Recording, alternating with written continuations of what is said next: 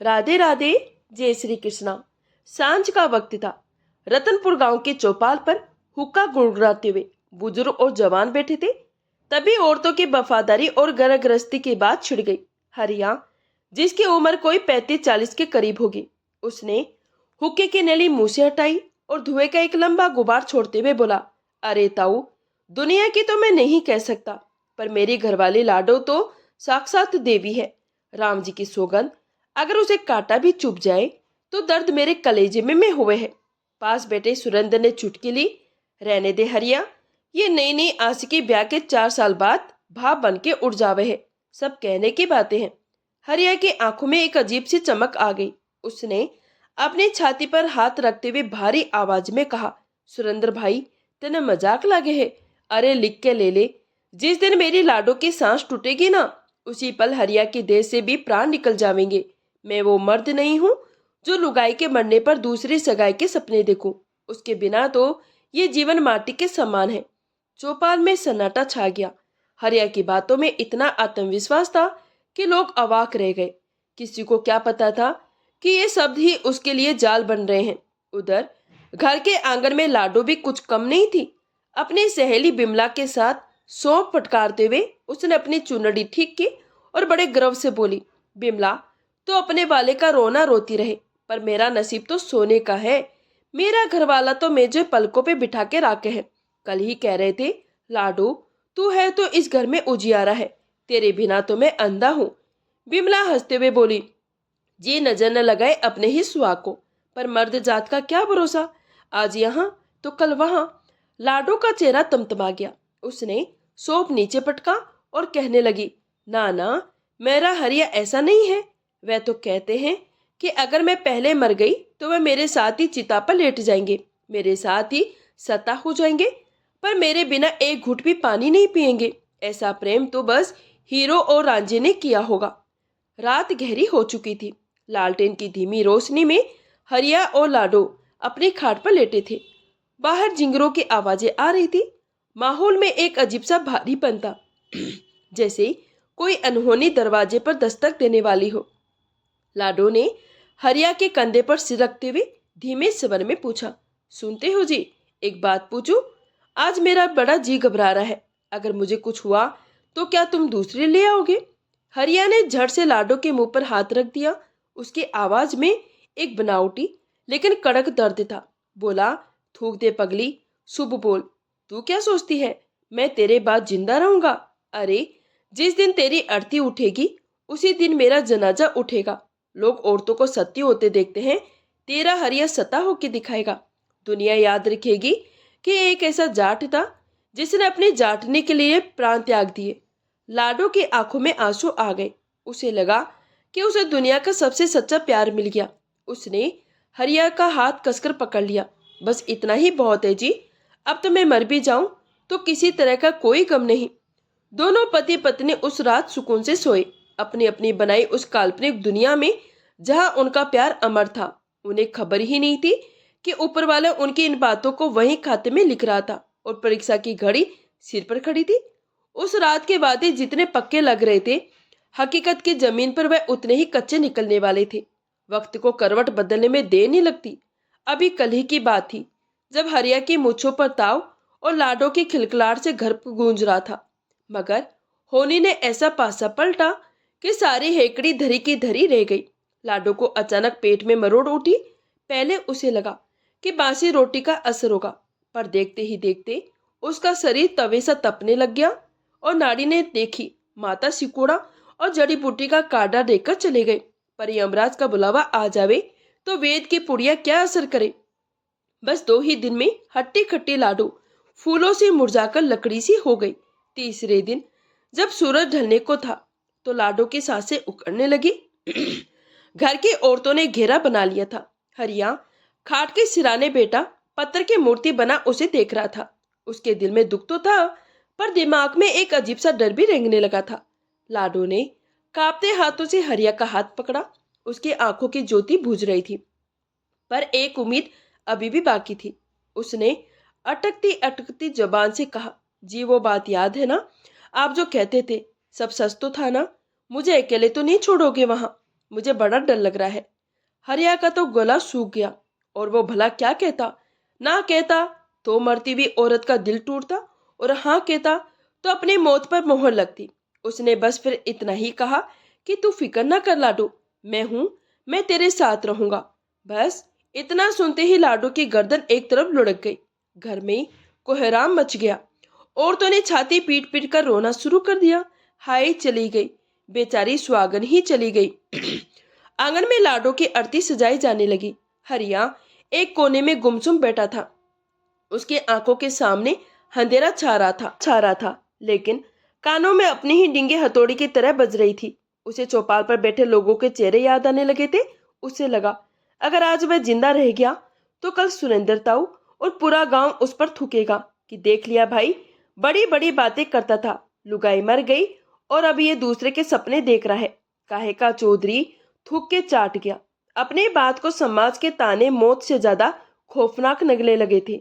हरिया के अंदर का मर्द जाग उठा, या यूं कहें उसके अहंकार ने उसकी बुद्धि को जकड़ लिया था। जब ताऊ रामफल ने उसके कंधे पर हाथ रखा और सांत्वना देते हुए बोला, बेटा हरिया, जो ईश्वर की मर्जी है वही होता है, अब हिम्मत करके क्रियाक्रम की तैयारी करनी है। हरिया झटके से खड़ा हो गया। उसकी आंखों में आंसू नहीं, एक अजीब सा पागलपन था। उसने चिल्लाकर कहा, क्रियाक्रम तो होगा ताऊ, पर एक का नहीं, दो का होगा। दो चिताएं सजाई जाए। आज ताऊ हड़बड़ा गए कि बके बावड़े होश में तो है। हरिया ने अपनी छाती ठोकी, वही छाती जिस पर उसने कुछ दिन पहले ढींगे मारी थी। होश में हूं ताऊ, और पूरे जोश में भी हूं। मैंने लाडो को वचन दिया था और गांव के बीच में कसम खाई थी कि हरिया जाट की जुबान है, कोई कच्चे धागे की डोर को नहीं जो टूट जावे। अगर लाडो नहीं रही तो हरिया भी इस धरती पर बोझ बन के नहीं रहेगा। मैं जरूर सत्ता होऊंगा, मैं इसके साथ जलूंगा। हरिया की बातें सुनकर वहां मौजूद लोगों के पैरों तले जमीन खिसक गई। सरपंच, जो अब तक चुपचाप खड़े थे, आगे आए। उन्होंने डांटते हुए कहा, मूर्खता मत कर हरिया, ये सत्य को जमाना गया।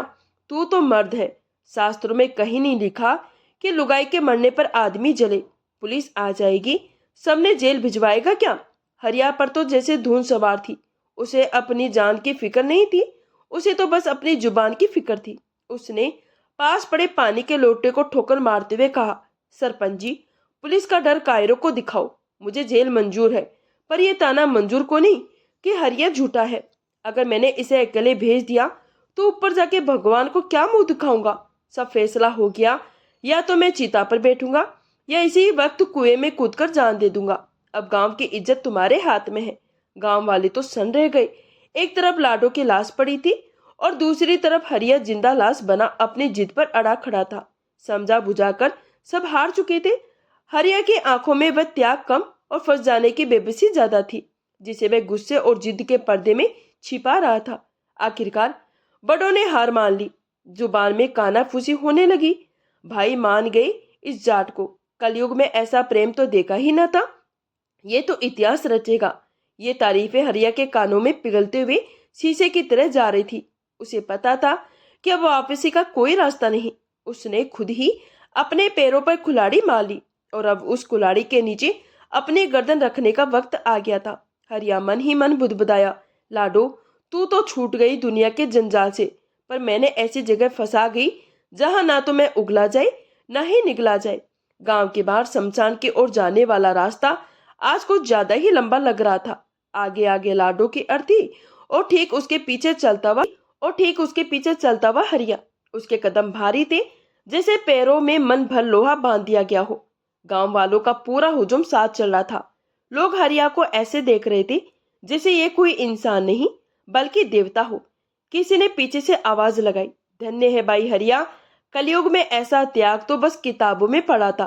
तूने तो रतनपुर गांव का नाम श्रवण अक्षरों में लिखवा दिया है। हरिया ने मुड़कर नहीं देखा। उसका गला सूख रहा था। मन ही मन वह खुद को कोस रहा था। अरे हरिया, तूने नाम तो श्रवण अक्षरों में लिखवा दिया, पर अपनी उम्र का राख में मिला दिया। 2 घड़ी की वाहवाही के चक्कर में तूने अपनी चिता खुद सजा ली, पर अब जुबान बाहर आ चुकी है। उसे वापस निकलना नामुमकिन था। शमशान घाट पर सन्नाटा पसरा था। बस लकड़ियां गिरने की खटखट गूंज रही थी। 2 चिताएं अगल बगल में सजाई गई। एक पर लाडो को लिटाया गया, पंडित जी ने हरिया की तरफ देखा। उसकी आंखों में एक डर था, जैसे वे किसी पाप के भागीदार बन रहे थे। पंडित ने कांपते स्वर में कहा, यजमान, अब भी सोच ले, ये देह भगवान की दी हुई है, इसे समय से पहले ऐसे न त्यागे। शास्त्रों में लिखा है। हरिया ने पंडित की बात काट दी। उसे डर लग रहा था, अगर पंडित ने ज्यादा ज्ञान दिया तो कहीं उसकी हिम्मत जवाब न दे जाए और वह रो पड़े। उसने अपनी धोती कसी और कड़क आवाज में बोला, ताकि अपनी धड़कनों का शोर दबा सके, पंडित जी, मंत्र पढ़ो, अब सोचने का वक्त गया। लाडो अकेली जा रही है, उसे डर लगेगा, देर मत करो। हरि अपनी चिता पर चढ़ा। लकड़ियां चुभ रही थी, पर उससे ज्यादा चुभ रही थी वह खामोशी जो हजारों लोगों के बीच छाई थी। वह लेट गया। ऊपर नीला आसमान था, जहां कुछ काले बादल गुमसुम से तैर रहे थे। हरिया ने आंखें मूंद ली और बुदबुदाया, हे भगवान, अगर तू है तो आज चमत्कार करके दिखा दे, नहीं तो तेरा ये भक्त आज धंधुर से सीखने वाला है। सरपंच ने भारी मन से इशारा किया। हरिया के बड़े भाई ने कांपते हाथों से मसाल उठाई। पहले लाडो की चिता को मुखाग्नि दी गई और फिर हरिया की चिता के नीचे घास फूस में आग लगा दी गई। धुआं उठा, सूखे लकड़ियां चढ़ चढ़ करके जलने लगी। हरिया को अपनी पीठ के नीचे गर्मी महसूस हुई, वह गर्मी जो रूह कपा देने वाली थी। पसीने की बूंदें उसके माथे पर बहने लगी थी। उसे लगा अब अंत आ गया है। उसने कसकर आंखें बंद कर ली, दांत किटकिटाए और मौत का इंतजार करने लगा। तभी अचानक हवा का रुख बदल गया। एक जोरदार गड़गड़ाहट हुई, जिसे आसमान का सीना फट गया हो। बिजली इतनी जोर से कौंधी कि लोगों की आंखें चुंधिया गई और अगले ही पल इंद्रदेव ने अपना कमंडल उलट दिया। बारिश नहीं हो, जैसे कोई आफत आ गई थी। ओले ऐसे गिरने लगे जैसे ऊपर से कोई पत्थर बरसा रहा हो। शमशान में भगदड़ मच गई। पंडित भी अपनी पोती पत्री को छोड़कर भाग गए और बोले, अरे भागो भागो, इंद्र कोप कर रहा है, अब सुकून हो गया है। गांव वाले जो अभी जय जयकार कर रहे थे, अपनी पगडंडियां और धोतियों संभालते हुए उल्टे पैर भागे। देखते ही देखते पूरा शमशान खाली हो गया। रह गई तो बस मूसलाधार बारिश, बुझती हुई दो चिताएं। बारिश ने चिता की आग को ठंडा कर दिया था। हरिया का कुर्ता एक तरफ से थोड़ा झुलस गया था, पर खाल बच गई थी। लटते हुए कांप रहा था, आग से नहीं बल्कि ठंड और डर के मारे। अब काफी देर तक कोई आवाज नहीं आई, बस बारिश का शोर सुनता रहा। तो उसने धीरे से एक आंख खोली। सामने कोई नहीं था। लाडो की चिता बुझ चुकी थी, बस धुआं निकल रहा था। हरिया ने इधर उधर देखा, यकीन नहीं हुआ कि वह जिंदा है। उसने अपने हाथ पैर हिलाकर देखे, सब सलामत थे। उसने आसमान की तरफ देखा और दोनों हाथ जोड़ लिए। इस बार प्रार्थना के लिए नहीं, बल्कि एक शिकायत भरे धन्यवाद के लिए। वह ऊपर वाले, तू भी क्या खेल खेलता है, पहले मारने का डरामा और अब बचाने का तमाशा। तभी उसके पेट में एक मरोड़ उठी। सुबह से नाटक के चक्कर में अन्न का एक दाना भी मुंह में न गया। भूख अब मौत के डर से बड़ी हो गई थी। उसकी नजर चिता के पास रखे उस सामान पर पड़ी जो क्रियाक्रम के लिए लाया गया था। घी, नारियल और बूंदी के लड्डू। हरिया, जो अभी 2 पल पहले सता बनने वाला था, एक झटके में ही चिता से नीचे कूदा। उसने आओ देखा न ताओ देखा। लड्डुओं को पागलों की तरह मुंह में ठूसने लगा। मुंह में लड्डू, आंखों में आंसू। अजीब मंजर था। वह बड़बड़ाकर, माफ करियो लाडो, तेरे साथ जल तो न सका, पर तेरा प्रसाद खा के पेट भर लूं। जिंदा रहूंगा तो तेरा नाम ले पाऊंगा। बारिश थमने लगी थी और अंधेरा गिरने लगा था। हरिया ने एक नारियल फोड़ा, पानी पिया और लंबी सांस ली। उसे समझ में आ गया था कि मौत से तो बच गया, लेकिन अब जिंदगी उसके लिए मौत से भी बदतर होने वाली है। गांव में अब उसकी जगह नहीं थी। उसने अपने अधेली धोती संभाली, लाडो की पड़ी ठंडी चिता को आखिरी बार हाथ जोड़कर प्रणाम किया। राम राम लाडो, तू तो सुर्गा में मौज ले, पर मैं अब धरती पे धक्के खाऊंगा। फिर अंधेरे में हरिया गांव की तरफ चल पड़ा। उसे नहीं पता था कि हीरो बनने की चाहत ने उसे भगोड़ा बना दिया है। अंधेरा गहरा हो चुका था। बारिश थम गई थी, लेकिन हवा में अभी भी गीली मिट्टी और जली हुई लकड़ियों की मिली जुली गंध बाकी थी। हरिया, जिसने अभी अभी शमशान में मौत को चकमा दिया था, अब अपने गांव रतनपुर की गलियों में दाखिल हो रहा था। उसका शरीर थका हुआ था, धोती जली हुई थी, चेहरे पर चिता की काली पुती हुई थी, लेकिन उसके पैरों में अजीब सी जल्दीबाजी थी। उसे घर जाना था। उसे अपने भाई, अपने बच्चों और उस खाट की याद आ रही थी जिस पर लेटकर वो सुकून की नींद सोता था। उसने सोचा, अब जाकर सबको बताऊंगा कि भगवान ने चमत्कार कर दिया। सब खुश होंगे कि उनका हरिया बच गया। लेकिन वो भूल गया था कि दुनिया चमत्कारों को नमस्कार करती है पर अपने घर में जगह नहीं देती। गलियों में सन्नाटा था। जैसे ही हरिया अपने घर की गली में मुड़ा तो कुत्तों ने उसे घेर लिया। वही कुत्ते जो रोज उसे पूंछ हिलाकर मिलते थे, आज उसे देखकर ऐसे गुर्रा रहे थे जैसे वह कोई दूसरी दुनिया का प्राणी हो। हरिया ने दबी आवाज में कुत्तों को डांटा, हट जा शेरू, मैं तेरा मालिक हूँ। फिर हरिया अपने घर के दरवाजे पर पहुंचा। अंदर लालटेन की हल्की रोशनी जल रही थी। उसने कांपते हाथों से साकल खटखटाई। अंदर से उसके छोटे भाई सुमेर सिंह की आवाज आई। वह आवाज डरी भी और भारी थी। कौन है भाई? इतनी रात गए, सब सो गए हैं, सवेरे आना। हरिया का गला भर गया। उसने रूंधे गले से आवाज दी, सुमेर भाई दरवाजा खोल। मैं हूँ तेरा भाई हरिया, मैं मरा को नहीं, जिंदा हूँ। बारिश ने बचा लिया मैंने। अंदर एक पल के लिए जैसे मौत जैसा सन्नाटा छा गया। फिर अचानक बर्तनों के गिरने की आवाजें आई और किसी के चीखने की। हाय राम, भूत आ गया, भाई का भूत आ गया। दरवाजा खुलने की बजाय अंदर से और कसकर बंद कर दिया गया। सुमेर की आवाज अब दहशत में बदल चुकी थी। चला जा ओ प्रेत आत्मा, यहाँ से चला जा। हमने तेरा क्रियाक्रम कर दिया है, तेरा हमसे कोई रिश्ता नहीं रहा। हरिया को लगा जैसे किसी ने उसके सीने में खंजर घोंप दिया हो। वो दरवाजे से चिपक गया। रोते हुए बोला, अरे बावड़े, मैं भूत को नहीं, देख, मैं पैर देख, जमीन पर है, मैंने भूख लगी है, दरवाजा खोल दे, मैं तेरा सगा भाई हूँ, भाई खोल दे, दरवाजा खोल दे। मेरी आवाज भी ना पहचानता तू? तभी पड़ोस की छत से किसी ने टॉर्च मारी। रोशनी सीधी हरिया के काली पुते चेहरे पर जा पड़ी। उसकी लाल आंखें, अर्ध जलती धोती और बिखरे बाल देखकर छत पर खड़े काका राम किशन की घंगी बंद गई। उन्होंने भी शोर मचाना शुरू कर दिया। अरे बचाओ, हरिया का भूत आ गया है, बदला लेने आया है, मारो इसे, नहीं तो ये पूरे गांव को खा जाएगा।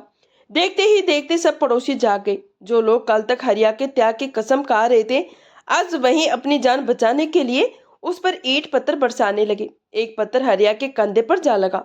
दर्द से ज्यादा उसको चोट उस पत्थर ने पहुंचाई जो उसके बचपन के यार ने फेंका था।